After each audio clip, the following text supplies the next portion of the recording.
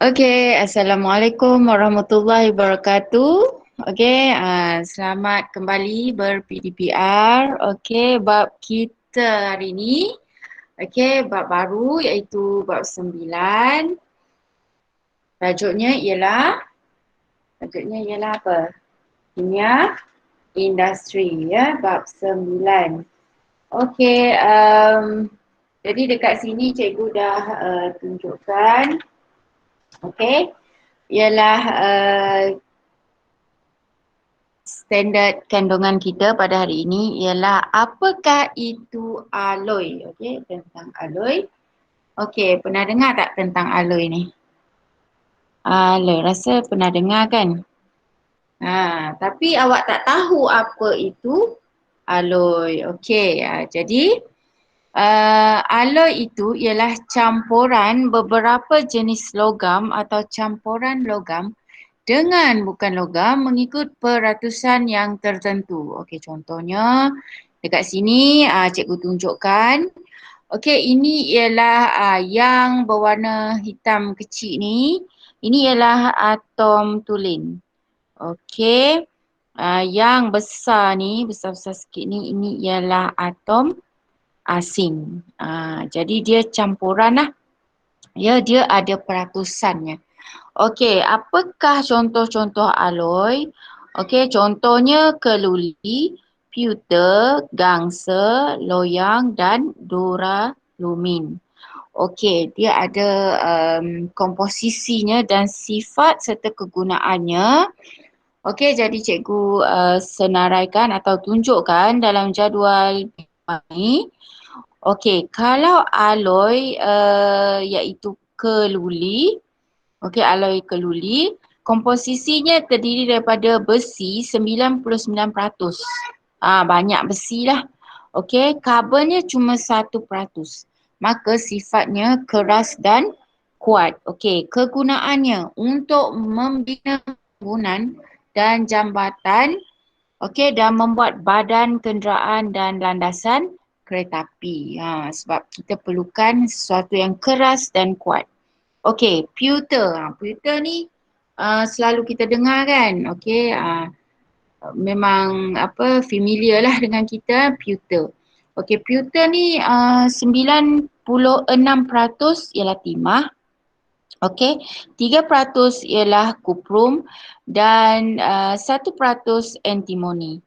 Okey, so permukaannya berkilau dan tahan kakisan. Okey, apa maksud tahan kakisan? Maksudnya dia susah nak berkarat. Okey. Jadi kegunaannya ialah untuk membuat barangan perhiasan seperti bingkai gambar. Cantik sangat. Okey, seterusnya gangsa. Gangsa ni sesuatu yang tak asing lah bagi kita. Okey, dia terdiri daripada 88% kuprum, okey, dan timah sebanyak 12%. Okey, ianya keras, okey, lapisan, maksudnya tak mudah karat. Warna yang menarik. Okey, kegunaannya ialah membuat tugu. Okey, ada kawan masuk. Okey, Faris Izwan. Okey, Faris Izwan masuk ya. Okey, kita teruskan. Okey, gangsa ni tadi ia digunakan untuk membuat tugu, ukiran logam, duit shilling, okey, pingat dan sebagainya. Sebab kenapa cikgu cakap familiar dengan kita tadi? Sebab gangsa ni kita buat pingat kan. Okey, seterusnya loyang. Okey, loyang selalu juga kan kita dengar. Okey, dia sebenarnya terdiri daripada 75% kuprum dan 25% zinc. Okey, sifatnya sangat kuat, permukaannya berkilat, mudah ditempa dan warna keemasan. Maksudnya kegunaannya ialah untuk membuat kunci, tombol pintu, alatan muzik seperti trompet dan sebagainya. Maksudnya dia mudah ditempa ni, dia mudah dibentuk lah. Dibentuk, dilenturkan, dia senang. Lepas tu dia warna keemasan, jadi cantik lah dan dia permukaannya berkilat ya. Tapi dia sangat kuat. Macam tu ya. So memang sangat berguna lah loyang ni ya. Kemudian kita ada duralumin, okey, dia terdiri daripada 95% aluminium, kuprum 3%, magnesium 1% dan mangan 1%. Okey, kenapa guna dia? Dia sebab dia ringan, ringan tetapi dia sangat kuat dan tahan kakisan, tak karat lah, maksudnya susah nak karat. Jadi apa kegunaannya? Macam ni, gunanya untuk membuat badan pesawat. Bayangkan ya, pada pesawat dan kapal terbang dan badan basikal lumba. Sebabkan dia sangat kuat dan tetapi dia ringan. Maksudnya macam tu ya. So itu adalah antara alloy, alloy yang kita sering dengar di dalam kehidupan kita ya, sifat dan kegunaannya ya. Okey, kita ada berapa orang ni? Ada 8 kan? 8 orang ya. Jadi itulah antara kegunaan-kegunaannya. Okey. Jadi cikgu teruskan. Okey, cikgu teruskan di sini. Okay, sekejap ya. Okey, seterusnya. Kenapa alloy ni dihasilkan? Kan mesti ada sebab. Okey, kebanyakan logam tulen, logam asal adalah lembut dan mudah terkakis. Jadi ciri ini tidak sesuai untuk menghasilkan produk yang berkualiti dan tahan kakisan. Maka logam tersebut melalui proses yang dikenali sebagai pengaloyan untuk menambah baik ciri logam tersebut. Jadi itulah istilah dia, pengaloyan. Sebab untuk tambah baik ciri logam itu. Okey, mengapa logam tulen dikatakan lembut? Okey, sebab susunan atom di dalam logam tulen adalah teratur secara tersusun secara teratur dan berlapis-lapis. Okey, ni. Macam ni macam cikgu tunjukkan dalam rajah. Okey, maka lapisan atom logam tulen ini mudah menggelongsor apabila dikenakan daya. Maksudnya dia teratur sangat dia teratur sehingga kan lapisan atomnya mudah sangat menggelongsor. Jadi tak sesuai lah. Jadi itu yang menyebabkan dia lembut tu, dia mudah sangat menggelongsor. Okey, jadi dia kata bagaimana susunan atom di dalam alloy ni. Okey, jadi susunannya macam ni. Apabila satu atau lebih unsur logam atau bukan logam dicampurkan ke dalam logam tulen, atom-atom unsur ini menyukarkan penggelongsoran antara lapisan atom logam tulen. Ni. Ini logam tulen. Okey, dia tersusun cantik je. Jadi bila kita letakkan sesuatu ni, atom asing ni, dia susahlah nak menggelongsor dia sukar. Hal ini disebabkan oleh atom unsur asing mempunyai saiz yang besar dan berlainan daripada atom logam tulen. Okey, maka alloy akan menjadi lebih kuat dan keras berbanding dengan logam tulen. Jadi sangat sesuai lah kita gunakan tadi ya. Okey, jadi mari kita lihat soalan-soalan TP1. Okey, apakah itu alloy? Okey, jika ada soalan tanya macam ni, TP1 je ya. Okey, campuran beberapa jenis logam atau campuran logam dengan bukan logam mengikut peratusan yang tertentu. Maksudnya kata kunci kat sini, cikgu nak highlightkan kata kunci dia campuran beberapa jenis logam. Dia campuran jenis logam atau campuran logam bukan logam. Maksudnya logam dan bukan logam campurannya ada peratusan yang tertentu. Okey. Dia tak boleh terlalu banyak atau dia tak boleh kita letak sesuatu macam tu je. Dia kena ada peratusan baru dia menjadi berkualiti ya. Okey. Jadi ni lukiskan. Jika diminta lukis antara logam tulen dengan alloy, awak kena kalau logam tulen ni awak kena susun dia teratur dan sama besar. Okey, tetapi kalau awak lukis alloy, awak kena masukkan satu atau dua lah cantik dua yang besar atau lain saiznya daripada yang tadi, yang logam tulen tu. Ya, itu baru kita katakan alloy. Yang ni, yang kedua ni, cantik je jadi awak kena tahu susunannya. Okey, kawan kita masuk ya, Khadijah. Jadi cukuplah tadi kan. Lebih lagi lebih lagi. Alhamdulillah ya, lebih lagi kita. Jadi memang semangat awak hari ni. Jadi cikgu pun semangatlah nak ajar ya. Okey, jadi kita teruskan.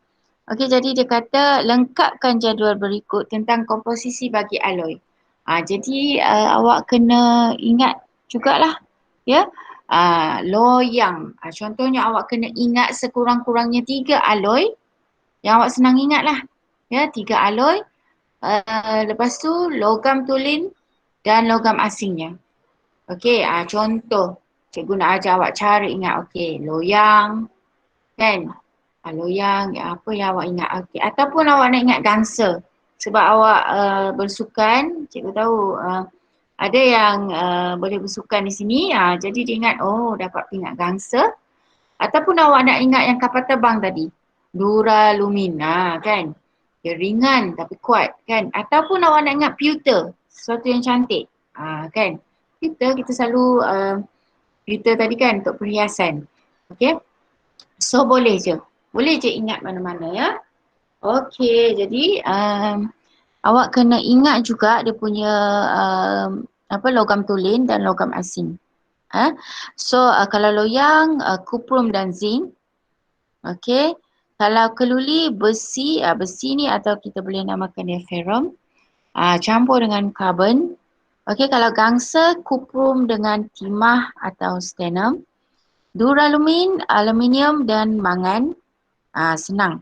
Duralumin ni aluminium, okey, kita ingat aluminium kan, dan mangan. Nama dia macam nama lain sikit kan, mangan kan. Okey. So pewter, timah dan antimoni ya. Jadi itulah kena ingat 3, sekurang-kurangnya 3 ya. Okey, dan seterusnya, mengapakah alloy ni dikatakan lebih kuat dan lebih keras berbanding dengan logam tulen? Ni kata kuncinya di situ, cikgu dah highlight kat warna kuning sini. Kenapa lebih kuat dan lebih keras? Okey, disebabkan oleh atom unsur asing mempunyai saiz yang lebih besar dan berlainan daripada atom logam tulen. Okey. Ia mengganggu susunan teratur logam tulen dan sukar menggelongsor apabila daya dikenakan. Okey, jadi itulah sebabnya. Okey, yang pertama sebab saiznya lebih besar dan berlainan. Yang kedua, dia mengganggu susunan teratur menyebabkan ia sukar menggelongsor. Ini sifat yang baguslah. Ya. Okey, namakan proses yang terlibat dalam menghasilkan loyang. Jika ada soalan macam ni, namanya ialah pengaloyan. Okey, nyatakan susunan atom bagi logam tulen. Susunan atom bagi logam tulen ialah tertib dan teratur dan berlapis-lapis. Okey. Okey, seterusnya. Okey, kita kena tahu juga eksperimen ya. Ini adalah cara eksperimen mengkaji perbezaan kekerasan antara alloy dengan logam tulen. Okey, tujuan kita ialah untuk mengkaji kekerasan antara alloy dengan logam tulen. Okey, adakah alloy lebih keras berbanding dengan logam tulen? Persoalannya ya, penyataan masalah. Hipotesis iaitu ramalan awal. Alloy lebih keras berbanding dengan logam tulen. Ni betul ke tidak ya? Okey, pemboleh ubah. Di sini yang dimanipulasi. Okey, yang kita manipulasi dekat sini ialah antara bongkah kuprum dan bongkah gangsa. Maksudnya jenis bongkah lah. Okey. Yang bergerak balas, diameter lekukan yang terhasil pada bongkah. Yang mana satu lebih lekuk. Okey. Lepas tu dia dimalarkan yang sama iaitu pemberat atau ketinggian. Dia kena samalah. jisim pemberat tu dengan ketinggian dia yang kita nak, sebab kita nak jatuhkan tu kena sama. Tapi beza dia, kena beza lekuk dia tadi ya. Okey, jadi dekat sini kita bahan yang kita gunakan ialah bola keluli, pemberat 1 kg, kaki retot, pengapit, pembaris dan pembaris meter. Macam ni ya. Dudukannya macam ni lah. Alright, ini kalau kita lukis, awak lukis macam ni. Okey, ni bola keluli, kita kena seletep lah. Pita selofan, lepas tu blok kuprum. Ya. Okey, lepas tu kita nak jatuhkan ni. Okey, prosedur dia. Okey, jika kita buat laporan, kita kena tukar Kita kena tukar ayat dia menjadi ayat pasif. Ni ayat aktif. Ya. Okey, ayat aktif dia gantungkan pemberat. Okey, kalau kita tukar, kalau kita buat laporan, pemberat 1 kilogram setinggi digantungkan setinggi 50 cm dari bongkah kuprum. Macam tu cikgu ajar terus ni Cikgu ajar terus macam mana awak nak tukar ayat aktif kepada ayat pasif. Ayat pasif tu ayat yang awak laporkan nanti. Ya. Okey, kemudian kalau dia kata lepaskan pemberat, kita tukar dia. Okey, pemberat dilepaskan supaya terhentak ke atas berbola keluli yang dilekatkan pada bongkah kuprum. Ya. Okey, kemudian ni awak mesti maksudnya tips cikgu kat sini, awak tukar tu awak tambah D. Kalau ni perhatikan dan ukur macam ni, diameter lekuk yang terbentuk diperhatikan dan diukur pada permukaan bongkah kuprum menggunakan pembaris ya. Okey, kemudian yang ini yang keempat, langkah 1 hingga 3 diulang sebanyak 2 kali pada permukaan berlainan untuk mendapatkan diameter purata lekuk pada bongkah kuprum. Okey, seterusnya yang kelima ialah langkah 1 hingga 4 diulang dengan menggantikan bongkah kuprum dengan bongkah gangsa. Jadi kita nak lihat lekuk dia, sentimeter antara bongkah kuprum dengan bongkah gangsa yang mana satu. Yang mana satu lebih dalam. Kan? Okey. Lepas tu dia kata, adakah hipotesis diterima yang tadi hipotesis awal tu? Maksudnya ramalan awal kita tadi diterima. Ya, hipotesis diterima. Gangsa lebih keras berbanding dengan bongkah kuprum. Gangsa ya lebih keras. Okey, jadi itu adalah eksperimen. Bila dinyatakan apakah contoh eksperimen yang digunakan untuk mengkaji alloy ni, perbandingan antara alloy dengan logam tulen. Jadi inilah eksperimennya. Cikgu dah dedahkan dekat sini ya. Okey, jadi seterusnya latihan prestasi. Okey, ini ialah soalan-soalan yang mungkin ditanya, mungkin ditanya di dalam peperiksaan ataupun soalan-soalan yang sering ditanya ya. Okey. Jadi dia letakkan macam ni ya. Oh, ada orang masuk.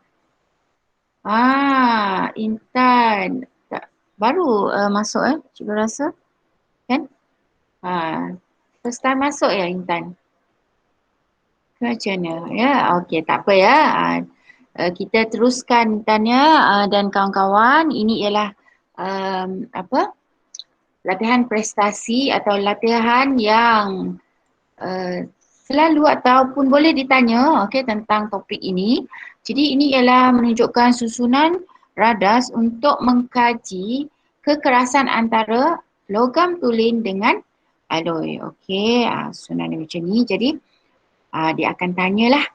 Eksperimen ini diulang sebanyak 3 kali untuk mendapatkan bacaan diameter pada permukaan berlainan.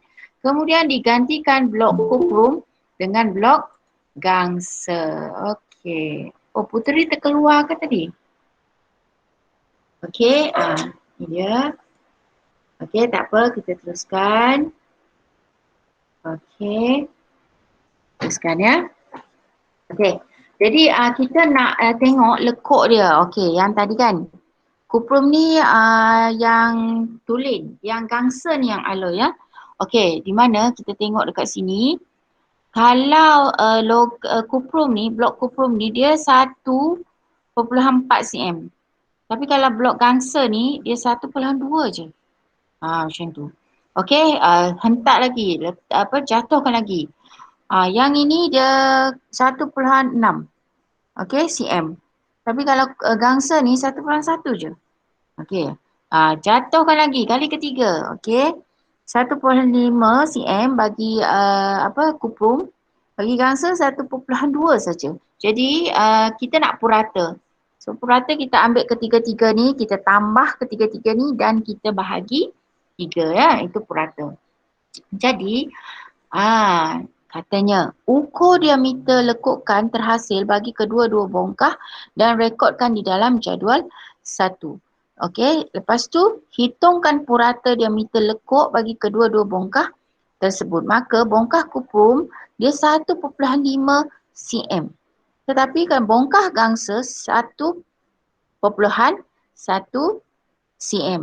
Maksudnya bongkah kuprum ni dia lekuknya sangat lekuk lah. Jadi macam tak keras kan. Tapi kalau gangsa ni dia keras. Dia tak lekuk sangat. Ni tengok. Jadi maksudnya dia lebih baiklah. Okey. Jadi dia kata berdasarkan jawapan anda di B, nyatakan pemerhatian bagi eksperimen ini. Maka pemerhatian kita ialah diameter lekukan pada bongkah gangsa lebih kecil berbanding diameter lekukan pada bongkah kuprum. Jadi apa yang kita boleh nyatakan di sini, nyatakan satu inference berdasarkan pemerhatian, maka bongkah gangsa lebih keras berbanding dengan bongkah kuprum. Okey, nyatakan pemboleh ubah yang terlibat dalam eksperimen ini. Dia selalunya soalan dia tanya juga ya. Okey, yang kita manipulasi, maksudnya yang kita ubah di sini ialah kita nak tengok bongkah gangsa dan bongkah kuprum. Itu ialah yang dimanipulasi. Yang bergerak balas, okey, diameter lekukan pada bongkah. Kemudian yang dimalarkan sim pemberat. Mesti sama ya, jangan lain lah. Dia kena sama pemberatnya. Okey, berikan satu hipotesis bagi eksperimen ini. Okey, cikgu ulang. Hipotesis bermaksudnya ramalan awal. Ramalan awal kita dalam eksperimen ini ialah gangsa lebih keras berbanding kuprum. Ya. Okey, nyatakan definisi bagi operasi, secara operasi bagi alloy dalam eksperimen ini. Okey, maksudnya ialah alloy ialah bahan yang menyebabkan diameter lekukan pada bongkah menjadi lebih kecil. Okey. Jadi maksudnya ialah alloy ialah bahan yang menyebabkan diameter. Okey. Dekat sini. So dia kata soalan Raja 2 ni menunjukkan susunan radas bagi mengkaji kekerasan logam tulen dengan alloy. Okey, dia letak sini bongkah kuprum, bongkah gangsa, okey, bola keluli, lepas tu ada pemberat ya. Okey. So dia kata dijatuhkan. Lepas tu dia kata ada lekuk pemerhatian selepas pemberat dilepaskan dan dikenakan. So ada X di sini. Okey, dan ini ada dia kata 6 cm. 6 cm dekat sini. Okey. So, soalannya, ukur diameter lekuk yang terhasil pada bongkah kuprum. Bongkah kuprum. So, lebih lekuk lagi lah. Kalau yang itu 6 kan? 6. Jadi yang ini kena kurang. Kena lebih. Sebab dia nak tahu awak faham ke tidak. Dia mesti lebih lah ya. Yang tadi tu. Jangan kurang pula daripada ni. Kalau ini 6, kat sini mesti lebih lah. Contohnya 8 ke, ni 0.6. 0.6 kan, 0.6 cm. Yang ni awak letak lah mungkin 2. Awak mesti letak lebih besar daripada ini sebab maksudnya awak faham yang alloy ni dia lebih kecil lah, lebih sedikit tadi ya berbanding dengan kuprum. Okey. Lekuk dia, cm dia. Jadi dia kata, berdasarkan pemerhatian tersebut, nyatakan satu inference. Maksudnya gangsa lebih keras berbanding kuprum. Ya. Okey, so dia nak awak lukis pula. Padankan bongkar tersebut dengan susunan atom yang betul. Okey, kalau bongkar kuprum, susunan dia macam ni. Okey, kalau bongkar gangsa ni alloy lah. Okey, dia ada benda asing di sini, logam asing di sini ya. Okey, so susunan dia menjadi macam ni. So kena tahu lukisan ni. Okey, mengapakah lekukan pada bongkar gangsa mempunyai diameter lekukan paling kecil? Sebab bongkar gangsa ialah alloy yang mempunyai logam asing yang saiznya besar.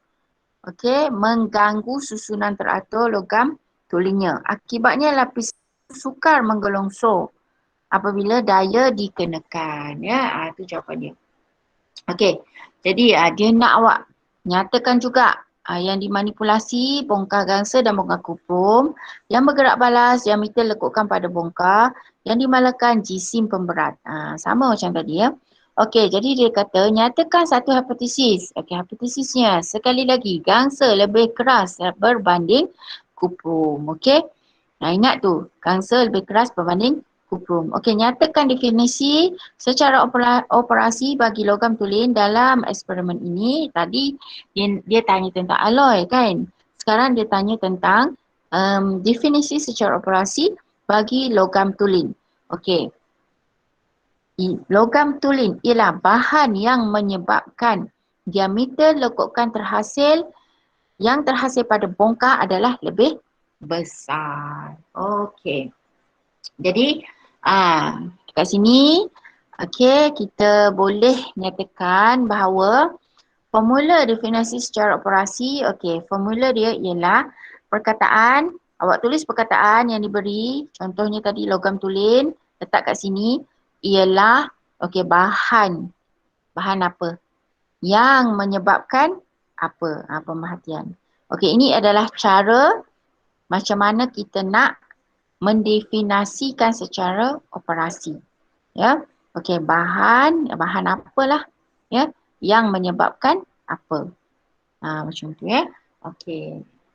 Jadi seterusnya. Ini ialah eksperimen yang seterusnya. Mengkaji perbezaan ketahanan terhadap kakisan. Ni kakisan pula. Yang tadi kekerasan kan. Jadi kakisan pula terhadap alloy dengan logam tulen. Jadi tujuan dia ialah untuk mengkaji ketahanan terhadap kakisan antara alloy dengan logam tulen. Adakah alloy lebih tahan kakisan berbanding dengan logam tulen? Mari kita tengok ya. Hipotesis kita, hipotesis ni ramalan awal. Alloy lebih tahan kakisan berbanding logam tulen. Maksudnya dia susah nak karat lah. Apa yang kita manipulasikan dekat sini ialah paku keluli dan paku besi. Maksudnya jenis paku lah. Yang bergerak balas, kehadiran lapisan perang. Ini maksudnya kakisan ya, karat ya. Dimalarkan apa yang kita samakan di dalam eksperimen ini ialah isi padu air suling. Mesti samalah ya. Jadi masuk dekat sini ialah, masuk cikgu dekat sini ialah, bahan kita susun macam ni, kita masukkan paku keluli.